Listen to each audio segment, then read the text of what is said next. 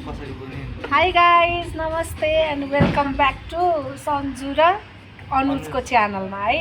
आज चाहिँ मलाई भेट्न आउनु भएको रहेछ भाइ बहिनी। लास्ट टाइम पनि कल गर्नुभएको थियो, उहाँहरूले पनि च्यानल गर्दै हुनुहुन्छ अरे। सो उहाँहरूलाई पनि धेरै सपोर्ट गर्नु होला, च्यानललाई सब्सक्राइब गरिदिनु होला, भिडियोलाई सेयर गरेर सबैजनाले माया गरिदिनु होला है त। योभन्दा बढी के भन्नु, केही भन्नु छ तिमीलाई? धन्यवाद तपाईलाई भेट्दिनु भयो हैन, त्यत्रो टाइम निकालेर हामीलाई भनौँ न अघिदेखिको के काम थियो होला, शनिबार माइसालाई नुहाइदिने हैन, लुगा धोइदिने काम थियो होला, तपाईँ छोडेर हामीलाई भेट्नको लागि आउनुभयो हैन। धेरै खुसी लाग्यो क्या हो।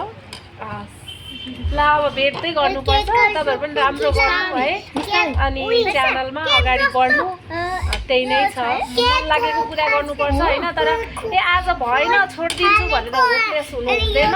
एक न एक दिन तपाईँको लागि पर्यो आफ्नो इच्छा भएको कुरामा भने भगवान्ले साथ दिनुहुन्छ है। मलाई चाहिँ त्यो लाग्छ, किनभने म पनि 15 इयर 15 वर्ष भयो मलाई चिनेको मान्छेले 5 वर्ष नभयो मैले कति दुःख गर्थेँ होला। मेरो पुरानो भिडियोहरू अहिले भाइरल हुँदैछ, नाचेर हालेको होइन, त्यस्तो भिडियोहरू अहिले आउँदैछ क्या मेरो टिकटकहरूतिर। किनभने मैले धेरै सङ्घर्ष गरेको, मान्छेले चिनेको मात्रै अहिले हो। त्यही भएर नआत्तिकन तपाईँहरू पनि राम्रो गर्नु होला। त्यो धेरै पहिलादेखि नै भेट्न मन लागिरहेको थियो क्या तपाईँसँग। अनि अस्ति पनि कल गरेँ नि त, अनि तपाईँले अनि त्यो बेला भएन नि त, कुरो मिलेन नि त हाम्रो। तपाईँ कहाँ हेटौँडै कहाँ जानुभयो त्यस पछाडि? हेटौँडा जानुभयो बहिनीकोमा अनि मनसा दिदीकोमा, अनि त्यस पछाडि हामी घरतिर थियौँ। अनि मैले ठ्याक्कै हिजो कल गरेँ क्या तपाईँलाई, अब चाहिँ गर्नु पर्ला कल होइन। अब आइसक्नु पनि त, अस्ति हेटौँडा डाँडा देखाएको थिएँ नि त मैले। अनि त्यस पछाडि अब चाहिँ कल गर्नु पऱ्यो भनेर गर्दा ठ्याक्कै तपाईँले उठाउनु भयो नि त। अनि बोल्नु पनि हुन्छ, भोलि चाहिँ फुर्सद मिल्यो भनेर भन्नुभयो नि। म त अघिदेखि आउनु हुनु होला भनेर है।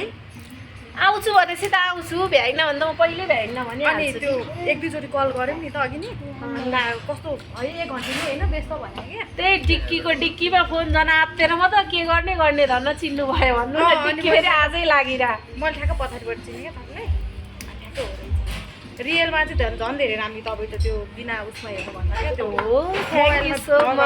ब्लगहरू हेर्नुभन्दा चाहिँ रियलमा हेर्दा चाहिँ मलाई राम्रो लाग्यो क्या। अनि बानी जो एकदम पातलो क्या तपाईँ त, एकदम पातलो अनि गोरी क्या। त्यो भिडियोमा कस्तो कालो कालो देखायो हुन्थेँ मैले होइन, अनि कस्तो गोरी अनि कस्तो राम्रो देखाएँ क्या मैले त तपाईँलाई। Thank you. ल भाइ पनि बोल्ने गर्नु होला भिडियोमा चाहिँ, यस्तो राम्रो मान्छेहरू कम बोल्छन् हो। ल यदि भन्दै अहिलेको लागि उहाँको च्यानललाई सब्सक्राइब गर्नु होला है त साथीहरू। By by.